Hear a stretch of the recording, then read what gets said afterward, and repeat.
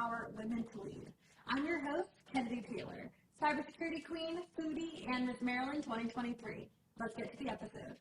Hello. Hi. Today, I am so excited to welcome Anita Abdeshahian, the owner of Javan Wellness in DC. It is DC's top-tier Medspa. They offer skincare treatments, Botox. I personally had my first Botox here ever, as well as incredible injectable and treatments that you can get. She was recently named one of DC Modern Luxury Magazine's Power Players. So hi, Anita. Hi. Thanks for joining us today. Thank you so much for having me. I'm super excited. Amazing. So first, could you just tell us a little bit about Javan Wellness? Yeah, absolutely. So Javan Wellness was born in U Street in Washington, D.C. I started this practice with my brother, who's a physician. And this came about after switching from a very different career. So I actually used to work for the DoD and namely the Marine Corps prior. But my brother and I kind of put our heads together because he's a physician and I've always been a patient in the med spa world. I've always been getting, everything from laser hair removal to facials to other aesthetic treatments. And I felt like throughout my journey of, doing things in this aesthetic world, I always thought that, there's some things that could be improved. And, I'm Persian. I have a Persian background. I was raised in Oklahoma. And, my people are kind of hairy. So I used to get laser hair removal since I was like 15 years old. And I felt like this industry, at that time, I'm almost 40, but the industry at that time just wasn't really meant to provide treatments for people with darker skin. And so I always thought, I would love to have a business, number one, but namely, in this aesthetic world, once I opened Javan Wellness, I thought this is going to be a place that offers treatments for everyone. We can treat all skin types because I know my struggle. My face has been burned. I had lasers that were performed on me that were not right for me. I felt like, customer service wise and a number of other things, there were things that I always envisioned that I thought would be pretty cool if I could, start a practice. So my brother and I put our heads together and we came up with Javan Wellness. Javan actually comes from a Persian word, which is Javan. That actually means young or youthful. And that's how we came up with our anti-aging business. I love that. So just a little bit, let's take a step back. So thinking about your background, you said you worked for the Marine Corps. I did. When do you miss it? And what did you do exactly for them? Listen, I people think this is crazy because now I'm in a world of Botox and fillers and facials and all sorts of fun aesthetic stuff, but I miss the Marine Corps. I had a great time with them. People are very surprised to once they find out that, my work essentially revolved around preparing Marines for deployment. And what do I mean by that? Well, for a very long time, I'd say for about 8 years, 8 years of my career with the DoD, which was about 15 years long, I prepared Marines that were getting deployed to go fight terror groups like ISIS and Al Qaeda. My job was to teach them about, their enemy capabilities, their operational environment, how they interact with partner forces, whether that's the Iraqi military, the people, civilians on the ground, et cetera, et cetera. So I had a very interesting time. I was traveling, all throughout the U.S. at different Marine Corps bases, and namely in Camp Pendleton and 29 Palms, a number of other places, Camp Lejeune, as they call it. But I had a great time. I love, and miss the Marines. I thought that it was very, good work, that I thought I was providing a great service to people. But I'd like to think that now I'm in a different business where we're still fighting an enemy, but the enemy is aging. So, it relates in some way. No, absolutely. I think that's extremely impressive. You are such a unique human. That's why I'm so excited to have you on this show. Thank you. But as you know, I'm a federal contractor. I worked for the Marine Corps for a year. So I have to say, I think because I do so many things between being Miss Maryland and working in cybersecurity, I've been able to find those little interconnections. Oh, yeah. One thing in cyber actually relates to my job at Miss Maryland or whatever it is. What did you learn from the Marine Corps that you think has helped you, Javan? Honestly, a lot of things, but the most difficult thing in my position is managing staff. And I feel like my time with the Marine Corps really allowed me to learn how to work with other people, how to really build a team, understanding the value of one another. And I think that right now I'm in a position where, as a leader, like I said, there's really nothing, in my opinion, as a business owner, more difficult than managing staff. You end up taking on all the burdens in some ways, the personal things that people go through, the struggles. You want to train people to do well, and you also want to lead from the bottom and set an example. And I think I learned a lot of that with my time with the Marine Corps, because I observed so many amazing leaders. And, I observed a lot of people who I thought were probably just a little bit more aggressive, and maybe I would do things a little bit differently. But I do think that learning that element of teamwork and camaraderie was probably the most important thing. And I always told myself that if I became a business owner, that I would definitely use those principles, because, people, like I said, it's not easy to manage staff. And if you can learn to really empower them and recognize the things that they are good at and really build on those things that they are really good at. I mean, I have a team up until very recently was entirely a team of women. And I have, different ages, people from different nationalities, from different backgrounds. And everybody at the end of the day has to learn to work together. Within the Marine Corps, you also learn that, people have different backgrounds. And as part of my job, there are people who you train to work with, others from cultural backgrounds that are totally different. They're partner forces. Like I said, I was literally teaching some Marines who had never been east of the Mississippi River. And they have to learn culturally how to work with people from a totally different country. I mean, if you can imagine, sometimes people from Texas can't get along with people from New York. It's a totally different culture. And I feel like, as a business owner and someone managing staff, I kind of had to teach the same thing. One of the hardest things that I had to learn was, or one of the things I should say that I never fully expected was, I have an employee who's from Russia and an employee from Ukraine. And I never thought that, some sort of dynamic would have happened where we really had to learn to be to do teamwork in the hardest of times.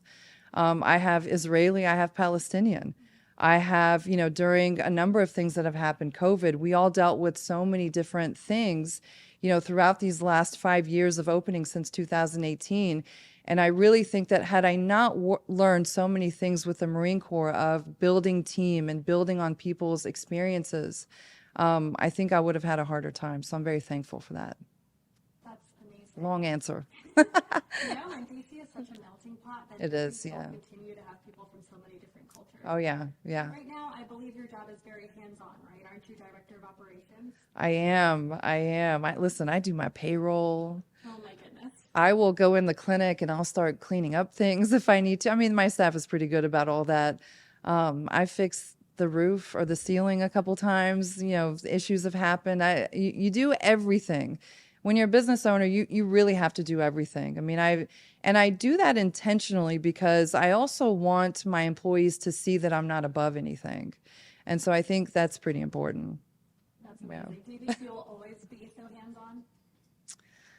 I always tell myself that at some point, I'll grow and maybe have, other people that I'll hire to do certain things. But truly, I take pride in doing it. I feel like I said, when people see that you're not above something and you really are willing to do everything from the bottom up, I think that people respect you differently. And I truly do like that. And plus, I think it also gives me an opportunity to see every angle of my practice. I like being in there. I occasionally pop in and cover the front desk when I'm needed.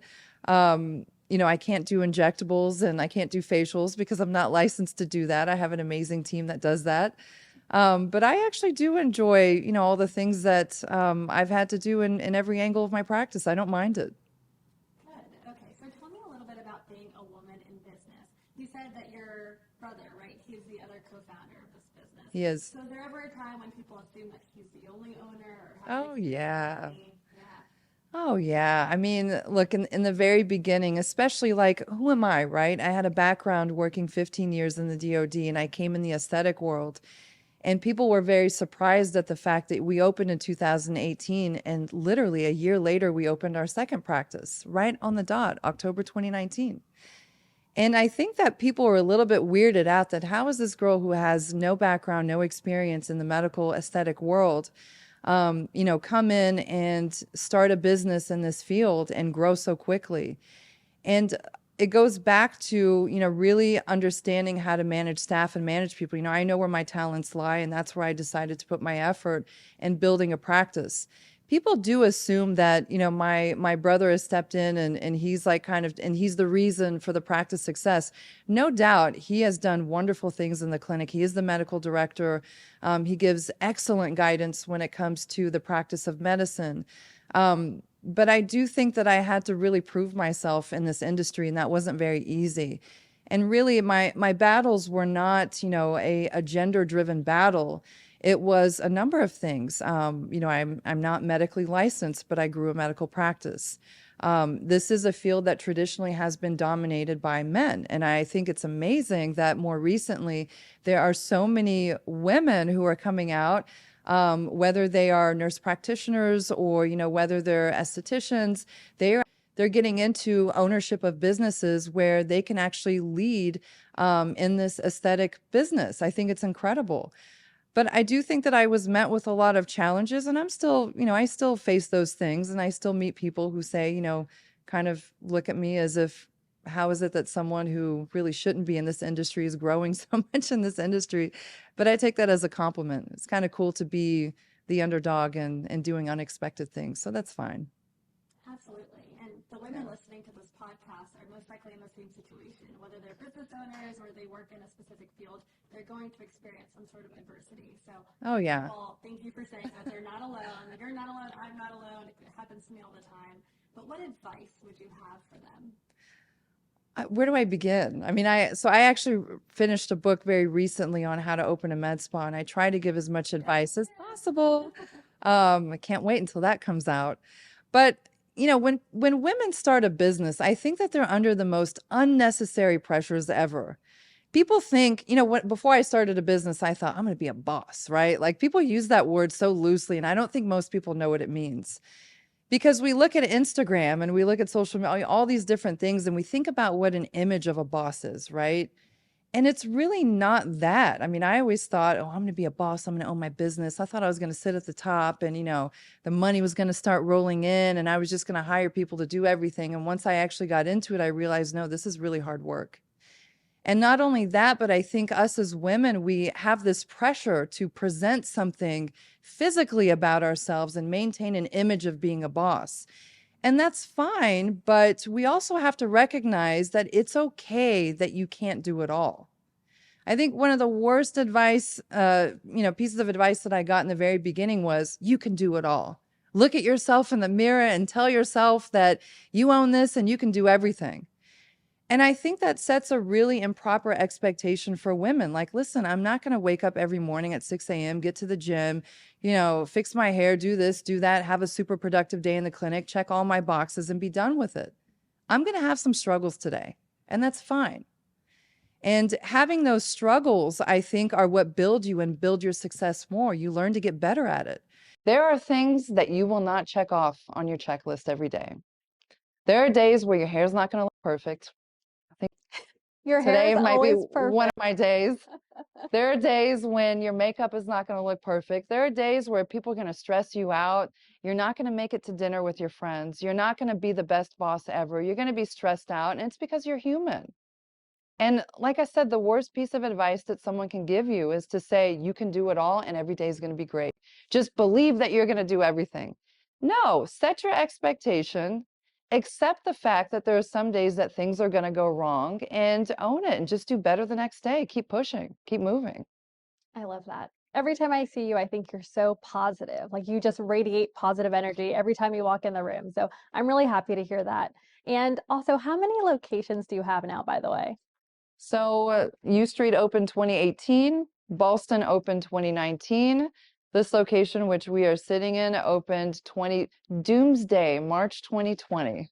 Okay. So that was interesting. March 31st was actually my grand opening set for this location. And of course, COVID happened. The world we thought was ending March 15th. I think it was March 15th. And so I had to turn this practice into a COVID clinic temporarily. Wow. You like I said, you move and you adapt. Things will not go as expected, people. Like, you're going to have problems. But those things happened, and we figured out how to evolve and try to continue business and whatnot, and that was okay. But this location is actually going to close soon because I'm opening in DuPont. So you guys are the first to learn. I'm opening a DuPont Circle in Yeah. a few months. So you heard it here first, people. Amazing. And then I also opened in Dallas, Texas just a couple months ago. So, we're out in the South, people. Yeah, and Dallas is such a growing market for It sure. is, yeah. So why DC and why Dallas? So I moved here in DC about, what was it, 2013. I was based in Quantico, so I became pretty familiar with this area. My brother moved over here, and that's how we started DC. I was actually raised in Oklahoma. So I was born in Iran, raised in Oklahoma, and I'm a Baylor University graduate. So I used to drive through Dallas all the time. I'm very familiar with the area. Culturally, it speaks to me. Like I said, I grew up in the Midwest and South area.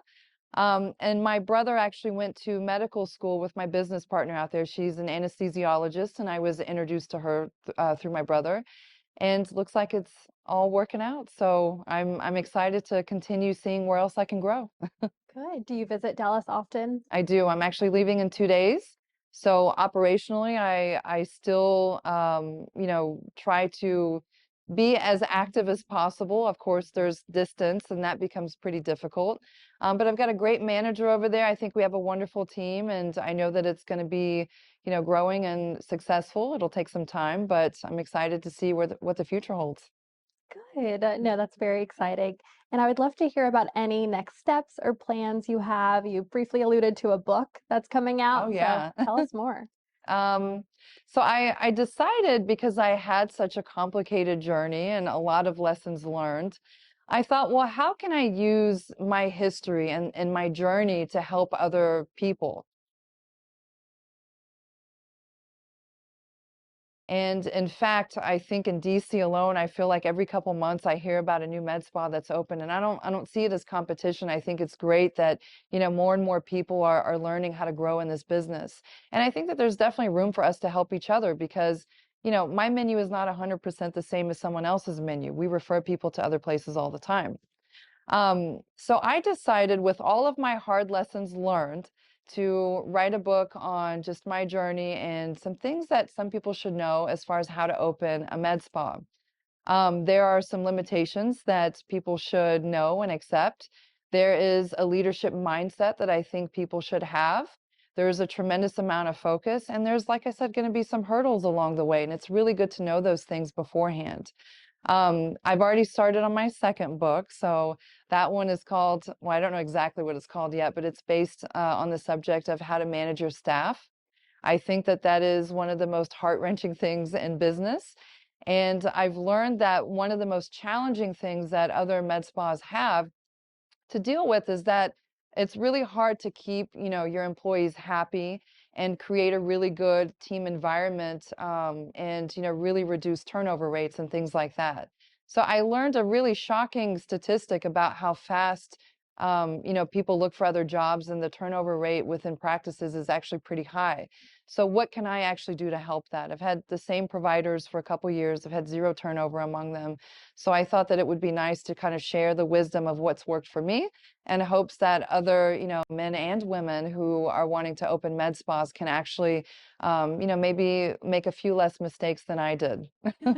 That's awesome. And we'll certainly Yeah, promote your book when it comes out. So great. keep us updated. I will. And as far as being just opening a med spa, it's funny. I would have thought that you had to be a medical professional if I didn't know you for sure. So I love that that book's coming out. Oh, yeah. And also, just in terms of having the med spa and running it, what has been your toughest situation? I don't know if how much you can say, but what is your number Oh, one problem that boy. you've experienced? And it's okay if it's a standalone problem or if it's reoccurring, just like what's the Yeah. number one issue? I don't know that I have a number one issue because they all kind of run together, but I think the most difficult thing for me, at least in the beginning, was sticking to my decisions. Oftentimes, as a leader, you have to make decisions every day. I feel like 80% of what I'm doing is either making decisions or following up with people, and you have to follow through with what your gut tells you. The most difficult thing is that when you have to make decisions that don't necessarily benefit, one person, but you are making them in order for the practice in its entirety to benefit. And sometimes those decisions are pretty tough, and you really do have to sit with people and explain to them that, things may not be looking up now, and maybe the decisions that you make in the short term are not going to benefit anyone, you know, like I said, now, but you really do have to kind of believe in your craft and trust your own intuition. Um, and really make decisions regardless of how much people try to like knock you off of, your path. I think really sticking to your vision and your mission statement has been pretty challenging. People will question, what your decisions are all the time. And I think a true leader is one that really steps in and really sticks to what they believe in, especially the values that they believe in as far as, projecting in the long term what they want, not only for the success of their practice, but also their own personal success. That's great because that applies to any industry. Oh, yeah. Absolutely. Okay. And then you briefly mentioned having just DC being so competitive with med spas. There's one coming out every day, Oh, yeah. and you don't mind at all. So, just in terms of staying relevant, how has Javan been able to stay relevant, grow? You have such loyal clients. I'm one of them. How have you done that? I mean, this industry is so amazing. Every day I'm learning about some new technology, some sort of new product or something that is helping us age backwards. And I think if you are a proactive person in this business, the way in which you stay, I guess relevant is the word, is you really try to not succumb to trends and you really build your business on things that you believe in. Look, I see things on Instagram all the time, and they just set such unrealistic expectations of everything to where even patients will call the practice and they'll ask us if we carry certain things. And, we just tell them, no, and we give them a proper explanation as to why this is not something that we approve, to do in the practice. Um, and, you just kind of stick to your guns about, what it is and how you want to evolve in your business. I think that like I said, if you're a very proactive person, you attend conferences, you really encourage your staff to be more and more educated. I have mandatory training requirements for everybody. I want them to constantly evolve and grow in all the treatments that they're performing. I get a knock on the door all the time for a new product or a new service or a new laser or a new whatever it is. And we're constantly trying to rethink and evolve with time.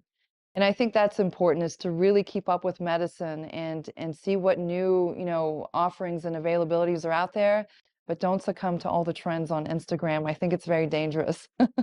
No, and it's funny that you say that because I've gone to Margarita. She's one of the injectors here at Javan She's many great. times, Yeah. and she's told me no Oh, yeah. because I came in with ideas, things I saw on Instagram Oh, of yeah. new filler, like where to put it. And she's told me, Kennedy, that's not going to work for you. We're not doing it. Yeah. I mean, look, there's every med spa has like their own, thing that they're after. Ours is an anti-aging practice. So if you come to me asking for, big Kylie Jenner lips and you have paper thin lips to start with, we're going to be very honest with you and say, look, it's not something that's realistic.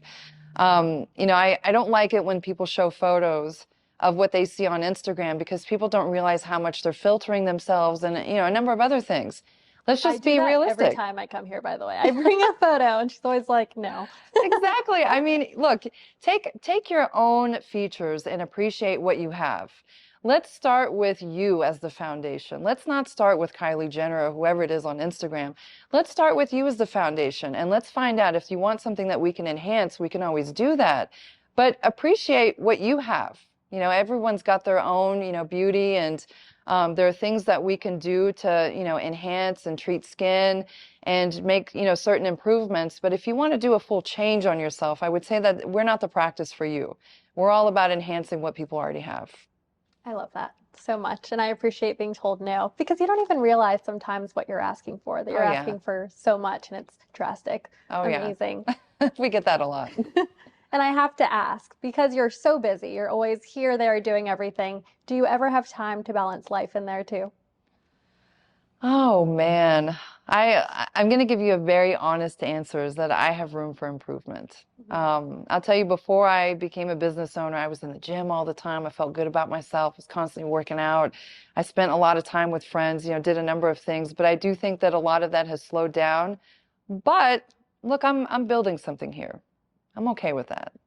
I'm okay if I'm not, looking as I did 5, 10 years ago at my prime, because I'm working on other things and my focus is somewhere else. And I do my best to, you know, I try to eat healthy. I try to get some moderate workout in. I do the best that I can, but I also know that I'm building something and I'm okay with that. Like I said, there's always room for a work-life balance improvement. I think that maybe once my ambitions kind of slow down a little bit, I'll have more time to do some other things. I like to, spend some time at home and, really decompress a little bit. I've learned that spending time doing nothing is also pretty important. So that also helps with that work-life balance a little bit. Something as basic as going out for a walk and getting some fresh air, I think that people really don't appreciate basic small things like that. Take the headphones out, listen to the cars, listen to the trees, listen to the wind, do some basic things that get your head out of technology and work and stress. I'm still kind of a work in progress and still learning the lessons of that. But when I do slow down to kind of appreciate those things and really, make a better effort for work-life balance, I can tell you that I do feel a little bit more whole. Good. No, I love that. I'm a big fan of the daytime walk, just Oh taking yeah, 10 minutes in it's between good. meetings. It really does help. Yeah, and like I said, take the headphones out a little bit. It's not a bad thing to just like listen to what's going on outside. People think I'm a psycho when I run because sometimes I'll take out my headphones just like that and I'll run 3 miles, no noise It's at great. all. But yeah, it I helps love me it. clear my head. I love Yeah, it. Okay. it's good. I love it. So how do you work on your mental health then? I do things that I think, I write, like writing my book, I learned really helped out because sometimes whenever I have stresses at work, whenever I put it in writing, even now that I'm on my second book of how to manage my staff, I think that, like I said, one of the hardest things about being a business owner, if you have staff, it really is managing them. And so putting kind of my thoughts into writing, it not only helps me be a better manager, but it also is like journaling in a way. That helps me out a lot. Listening to music. I think that people who are very close to me and know me well, you can almost read exactly what my mood is by the kind of music that I'm listening to. So, listen, I've bounced from country to alternative to hip hop to, classical, literally everything I listen to. And I think it really does speak to my mood. Music is a good outlet and it's kind of a getaway for me, and I like that. Um, Looking forward to traveling is also a really nice thing. Even if it's 4 or 5 months away, the fact that it's on your calendar and it's something for you to look forward to, I think is really important. I love that and Yeah. I love traveling. Oh, But yeah. we all need something to decompress. So Oh, I'm yeah. happy to hear And that. food is honestly the best thing, right? Yeah. Awesome. Well, that is all I had. Is there anything else that you wanted to share with the audience or with me? Well, I'm happy to be here, and I feel like I could be interviewing you, asking you 1,000 questions because there's so much more I want to know about you. But for all the female entrepreneurs that are out there, I would just say keep on keeping on. It is not an easy journey, but it is a very rewarding one.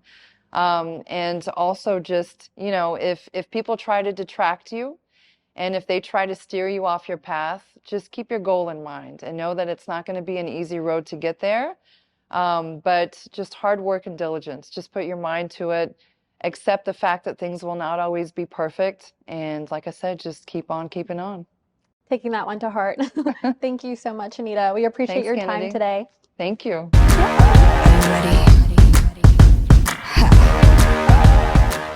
Thank you for listening. If you enjoyed as much as I did, make sure you like, comment, and subscribe on YouTube or wherever you get your podcasts. See you Wednesday for a brand new episode.